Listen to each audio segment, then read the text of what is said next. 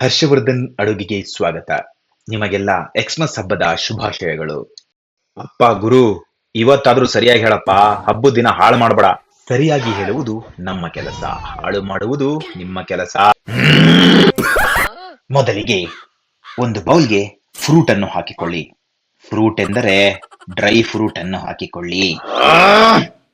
ಎಲ್ಲ ಡ್ರೈ ಫ್ರೂಟ್ಸ್ಗಳನ್ನು ಒಂದು ಬೌಲ್ಗೆ ಕಟ್ ಮಾಡಿ ಹಾಕಿಕೊಳ್ಳಿ.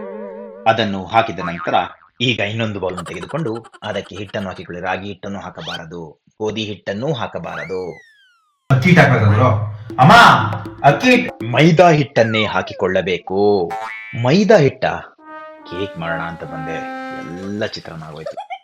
ಮೈದಾ ಹಿಟ್ಟನ್ನು ಹಾಕಿದ ನಂತರ ಅದಕ್ಕೆ ಈನೋವನ್ನು ಹಾಕಿಕೊಳ್ಳಿ ಹಾಗೂ ಅದರ ಜೊತೆಗೆ ಬೇಕಿಂಗ್ ಸೋಡಾವನ್ನು ಸೇರಿಸಿಕೊಂಡು ಈಗ ಕೋಕೋ ಪೌಡರ್ ಅನ್ನು ಸ್ವಲ್ಪ ಹಾಕಿಕೊಂಡು ಚಾಕ್ಲೇಟ್ ಸಾಸ್ ಹಾಕಿದ ನಂತರ ಮಿಕ್ಸ್ ಮಾಡಿಕೊಳ್ಳಿ. ಈಗ ರಮ್ ಇದೆಯೇ? ರಮ್ಮ ಅಮ್ಮ, ಅಯ್ಯಯ್ಯೋ ಇದೆಲ್ಲ ಸೀಕ್ರೆಟ್ ವಿಷಯ, ಇದನ್ನ ಅಮ್ಮನ ಕಳಿಸ್ಲಾಗ ನಾನೇ ತಗೊಬರ್ತೀನಿ. ರಮ್ ಇಲ್ಲೆಲ್ಲೂ ಹತ್ರದಲ್ಲಿ ಸಿಗಲ್ಲ, ಸಿಗೋದಕ್ಕೆ ಚಾನ್ಸು ಇಲ್ಲ.